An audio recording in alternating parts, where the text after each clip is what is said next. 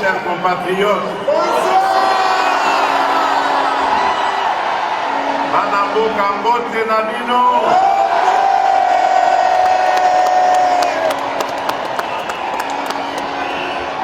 Je vais parler en français parce que il n'y a pas que des Congolais dans la salle. Et je crois qu'il y a même la presse étrangère, principalement belge. Et donc pour que tout le monde me comprenne, ce serait plus juste de parler français. Et ça vous été.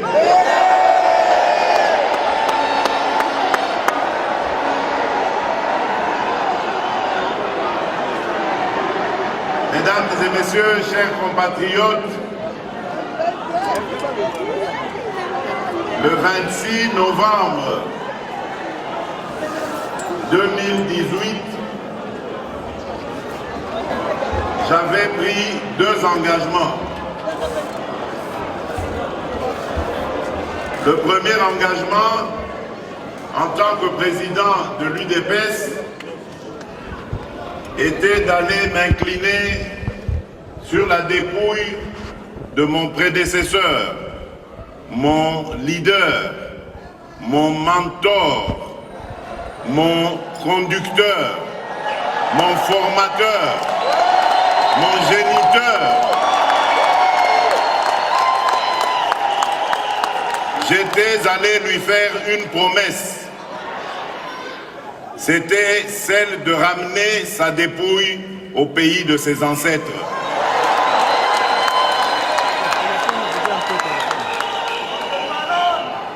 Ma deuxième promesse, je vous l'avais faite à vous, chers compatriotes.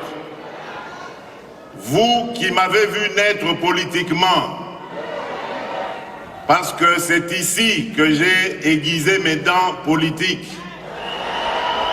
C'est dans ce pays que j'ai pris mes premières fonctions politiques à la cellule de l'UDPS Leuven. C'est dans ce pays que j'ai accru ma capacité à développer la diplomatie de mon parti. Et donc c'est dans ce pays que j'avais fait la promesse à vous, mes frères, mes sœurs, de vous ramener la victoire.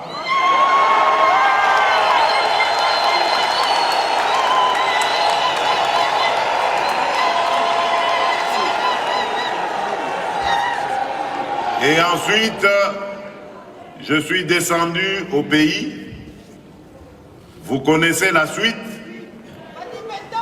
Nous avons fait une campagne, dite campagne du pauvre, avec très peu de moyens, mais nous avons pu, grâce à Dieu, sillonner beaucoup de partis de la République. Au bout du compte, Dieu nous ayant fait grâce, nous avons obtenu la victoire.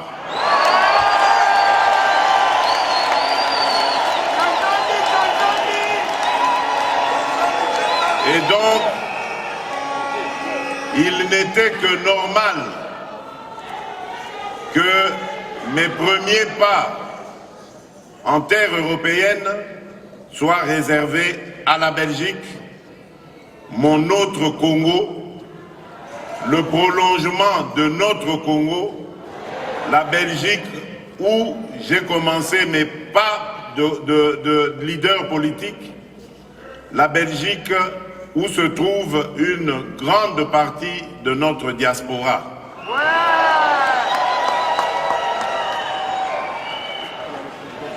Et donc je suis là d'abord pour vous remercier de vos prières, parce que je sais que beaucoup, Batiaki Mabolongo Nassé,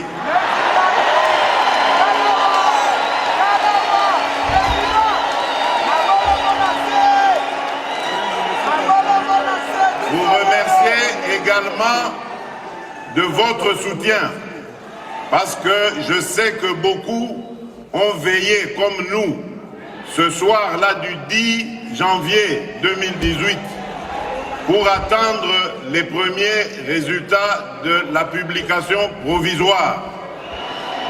Et ensuite, 10 jours après, pour attendre les résultats de la publication définitive par la Cour constitutionnelle. Je tiens à vous remercier chaleureusement. Merci.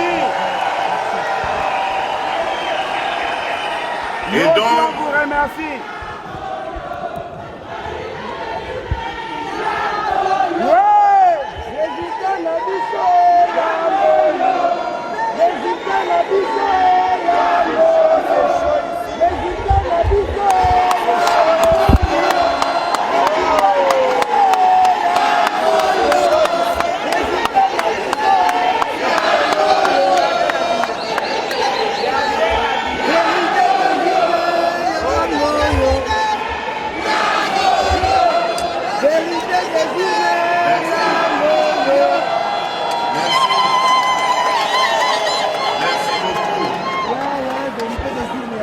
Je disais donc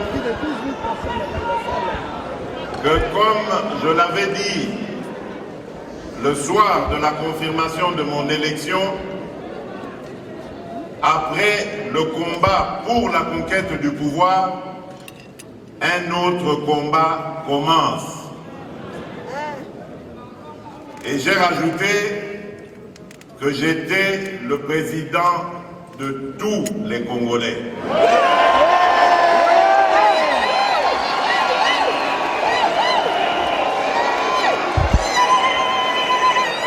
J'étais le président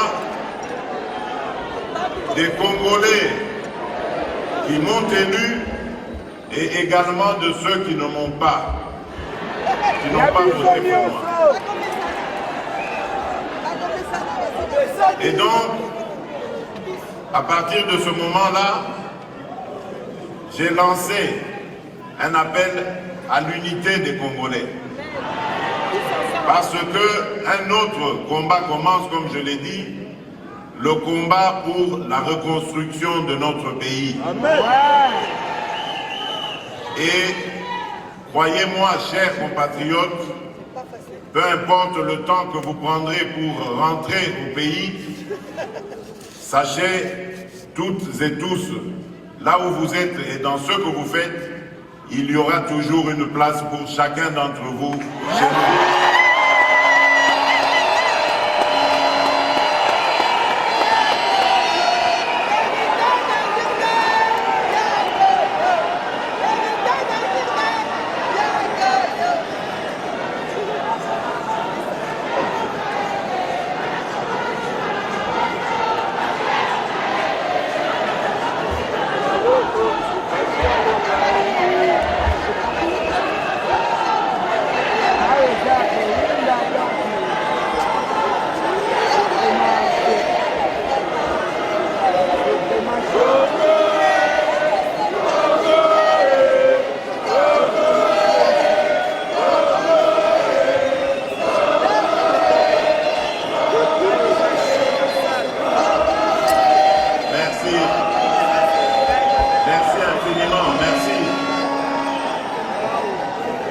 Je disais donc que l'heure est à la réconciliation nationale et à la construction de notre pays. Il y a de la place pour tous les Congolais. Et pour le marquer davantage, mes premiers signes ont été de libéraliser l'espace politique. Ouais. Et donc, j'ai pris la décision de libérer tous nos compatriotes qui étaient retenus pour X ou Y raisons politiques dans les cachots de la République. Bravo, bravo. Pour ceux qui étaient en exil, empêchés de retourner dans leur pays, Bakatumbi. tout le monde est désormais libre de retourner dans son pays.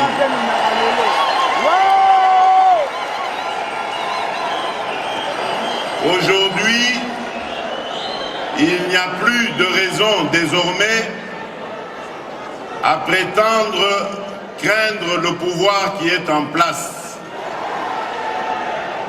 Mais je ne demande pas à revenir incessamment parce que je connais les réalités de la vie à l'extérieur du pays, surtout ici en Belgique. Je connais les engagements professionnels, ce que cela signifie, et je sais que la réinsertion sociale, lorsque surtout on est à la tête d'une famille nombreuse, n'est pas assez facile. Donc prenez votre temps, chers compatriotes, mais n'oubliez pas de rentrer dans votre pays.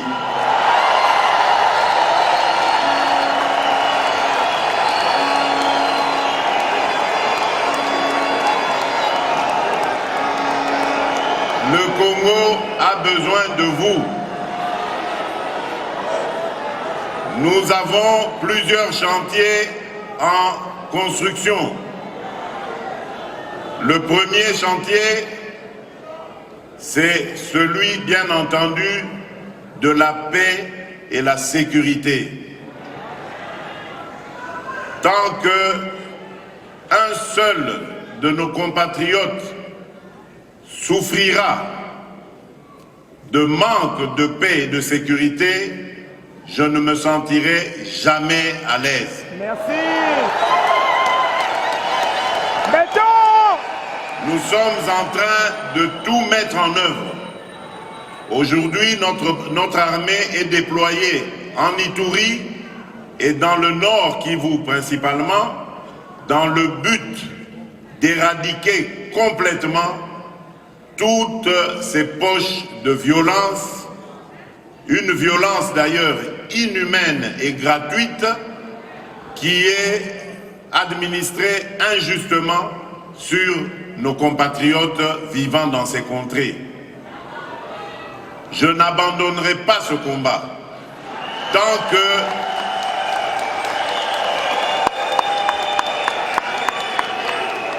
que ces renégats Banyangala Katawana seront là.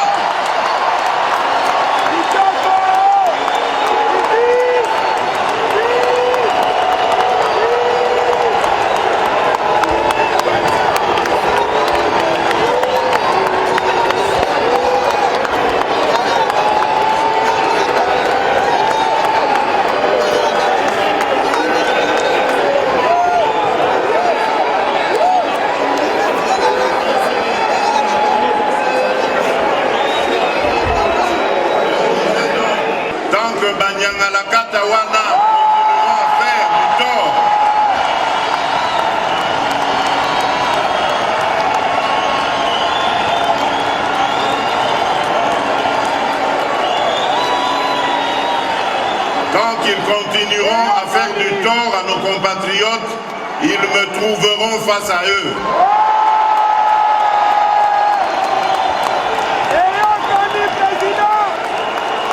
Mon objectif, c'est la paix et je prends le serment ici de ramener la paix totale dans notre pays.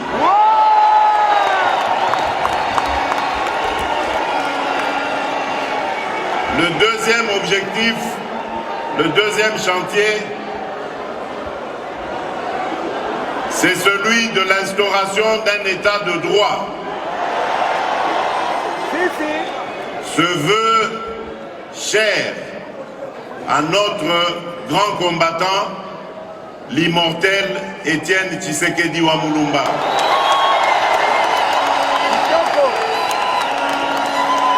Nous avons le devoir de continuer ce combat jusqu'à l'instauration d'un état de droit dans notre pays. Et cet état de droit doit être soutenu par une justice plus juste. Une justice au-dessus de tout soupçon. Une justice qui va faire son travail pour protéger les citoyens et leurs biens. Ainsi, pouvoir dire le droit en conformité justement avec la loi. C'est ça, l'état de droit que nous voulons instaurer. Et croyez-moi que là aussi, je ne ménagerai aucun effort pour y arriver. Je ne veux pas de la justice faite par le président de la République ou à la présidence de la République. Je ne suis pas un dictateur et je ne veux pas qu'on fasse de moi un dictateur.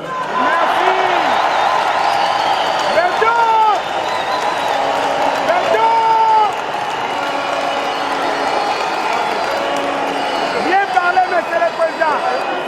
Merci.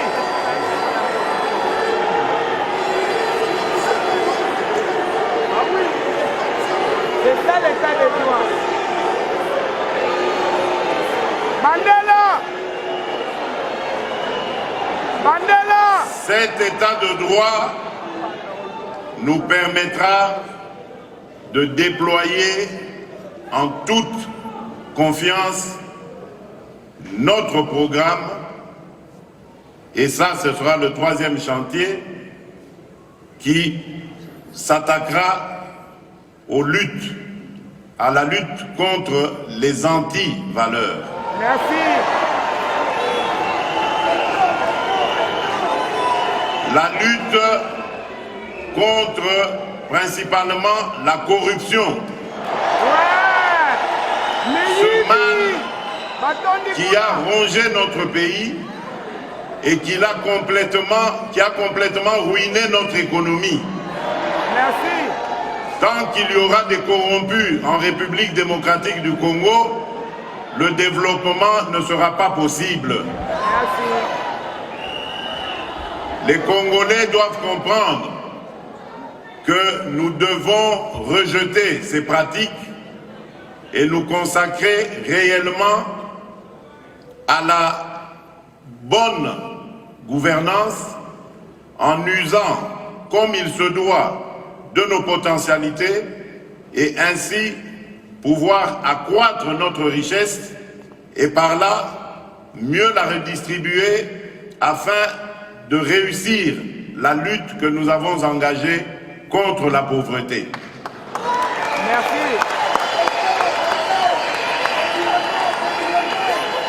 Et d'ailleurs, à ce sujet, j'ai même un conseiller spécial chargé justement de m'aider à lutter contre la pauvreté. Merci. Dans les jours qui viennent, nous proposerons aux Congolais notre programme de lutte contre la pauvreté et vous verrez combien il est ambitieux et porteur d'espoir. Merci. L'autre chantier qui est déjà aussi en cours, c'est celui de l'éducation. Depuis le 2 septembre de cette année, dans l'enseignement fondamental, il y a désormais la gratuité.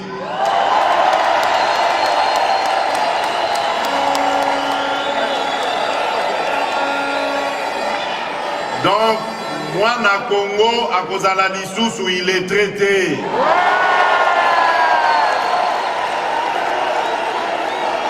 Po akoye kola kotanga pe kokoma ofele.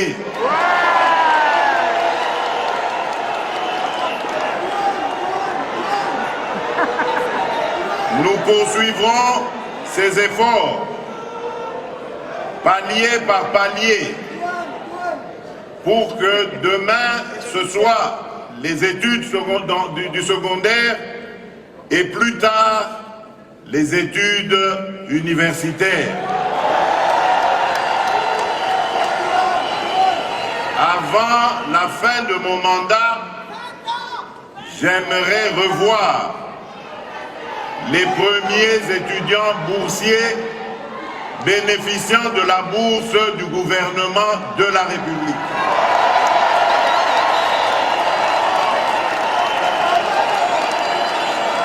Oui, cela est possible et nous l'avons démontré avec le peu d'argent que nous avons trouvé dans les caisses du Trésor public.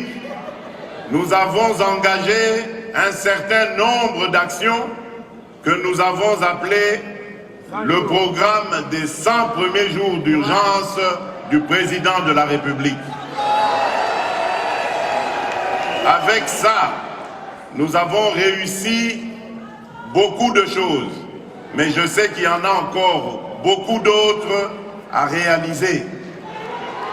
Mais nous avons remis en état plusieurs routes, nous en avons construit d'autres, nous avons construit des ponts, nous avons désengorgé des territoires entiers, nous avons restauré des écoles, nous avons construit des écoles, nous avons restauré des hôpitaux, nous avons construit des hôpitaux, bref, nous avons fait beaucoup de choses avec peu de moyens.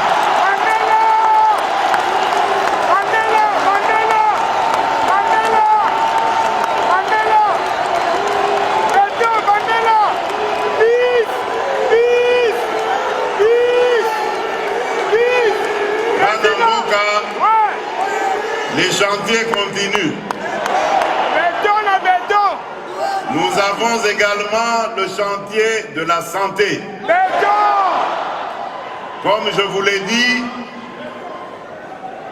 dans mon programme, j'ai mis au cœur de ma stratégie l'homme congolais. Et donc, tout sera fait pour l'épanouissement de l'homme congolais. Son éducation, sa santé, son emploi, son bien-être, tout sera fait pour l'épanouissement du Congolais.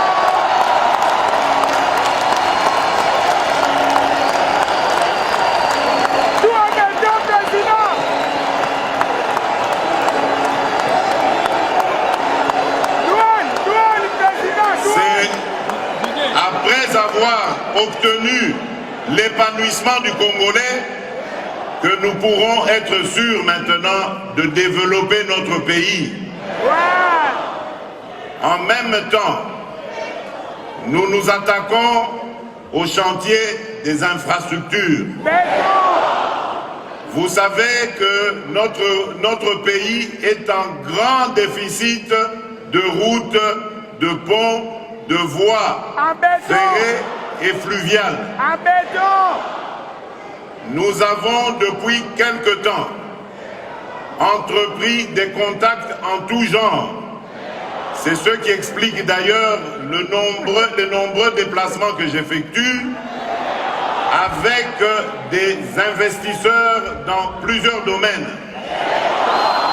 pour qu'ils viennent nous aider à reconstruire notre pays. Nous avons d'énormes projets qui vont transformer la République démocratique du Congo en pays développé.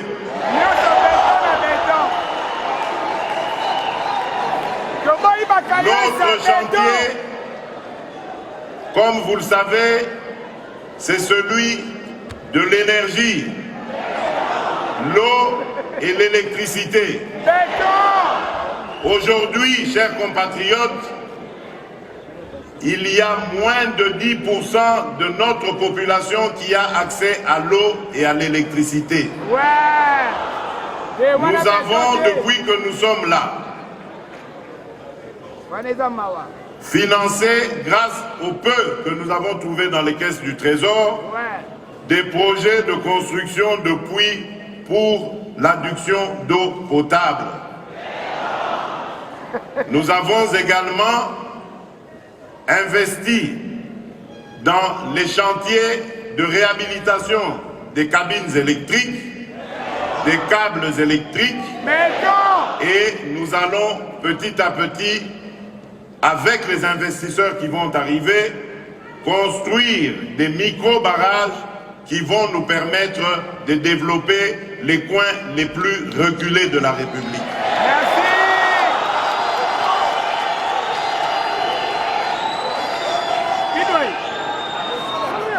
Nous avons également le chantier du numérique et ça va faire plaisir aux jeunes. Le numérique est une nouvelle technologie qui est bien maîtrisée par nos jeunes. Merci. Nous voulons l'amener dans l'économie de notre pays.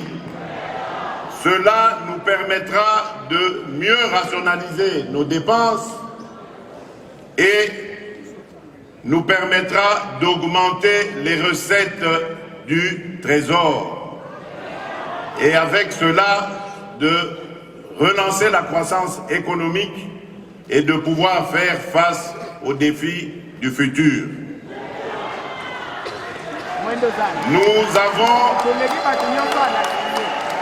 avons également le chantier, et c'est un chantier énorme, de la diversification de notre économie. Comme vous le savez, les mines, les activités minières, qui pourtant devaient être un bonheur pour notre pays, sont la source de tous les malheurs du Congo et des Congolais. Nous avons donc décidé de sortir du tout minier pour aller principalement dans des domaines comme celui de l'agriculture, dans lequel il y a beaucoup de choses à faire. Je vous ai dit ici qu'on va construire des micro-barrages. Ils vont servir aussi à alimenter les industries agroalimentaires que nous allons construire. Nous aurons le mérite au moins de transformer ce que nous allons produire, de le distribuer à la consommation nationale et s'il y a de l'excédent, de l'envoyer même en exportation à l'extérieur. Le Congo regorge de 80 millions d'hectares de terres arables, avec à peu près la moitié en terres irrigables. Donc nous n'avons même pas besoin d'engrais. Et avec ces étendues, nous pouvons nourrir plus de 2 milliards d'humains. Donc le Congo va être une terre d'espoir pour beaucoup d'Africains. Et même au-delà de l'Afrique. Merci. Donc nous sommes sur le chantier de l'agriculture qui est un véritable Eldorado. Et ainsi, le sol congolais pourra enfin prendre sa revanche sur le sous-sol. Merci. Lequel sous-sol nous n'allons pas abandonner.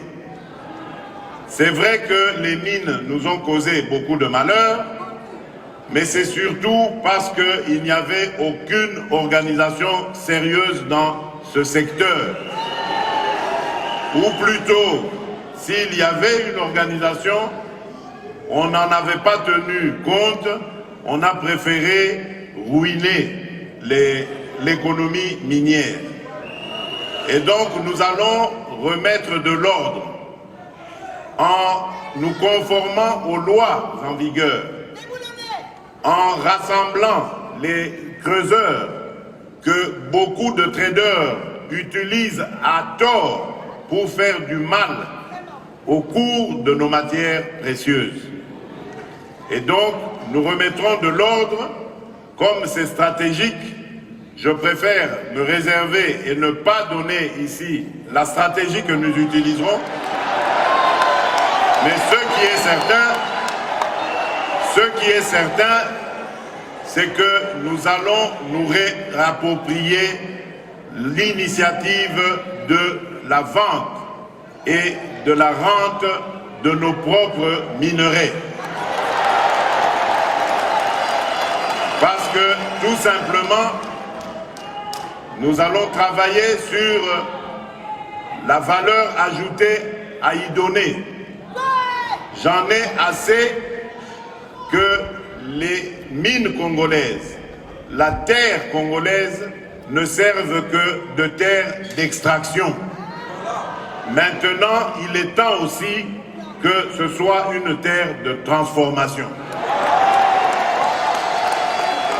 Nous allons transformer nos matières premières, leur rajouter de la valeur et accroître notre économie par ce fait.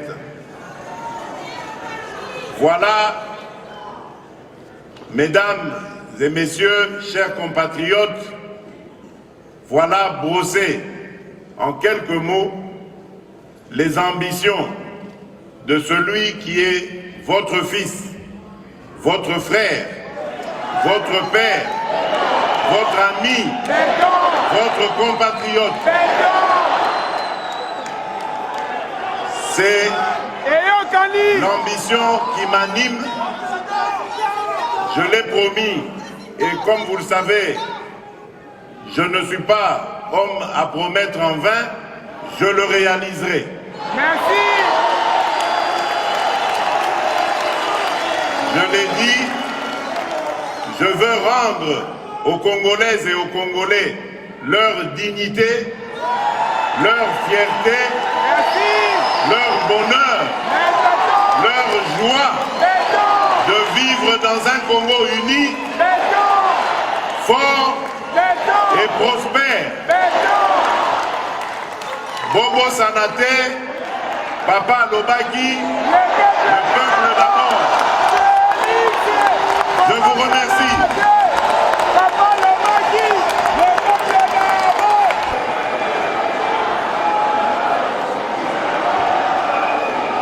Merci. Merci à...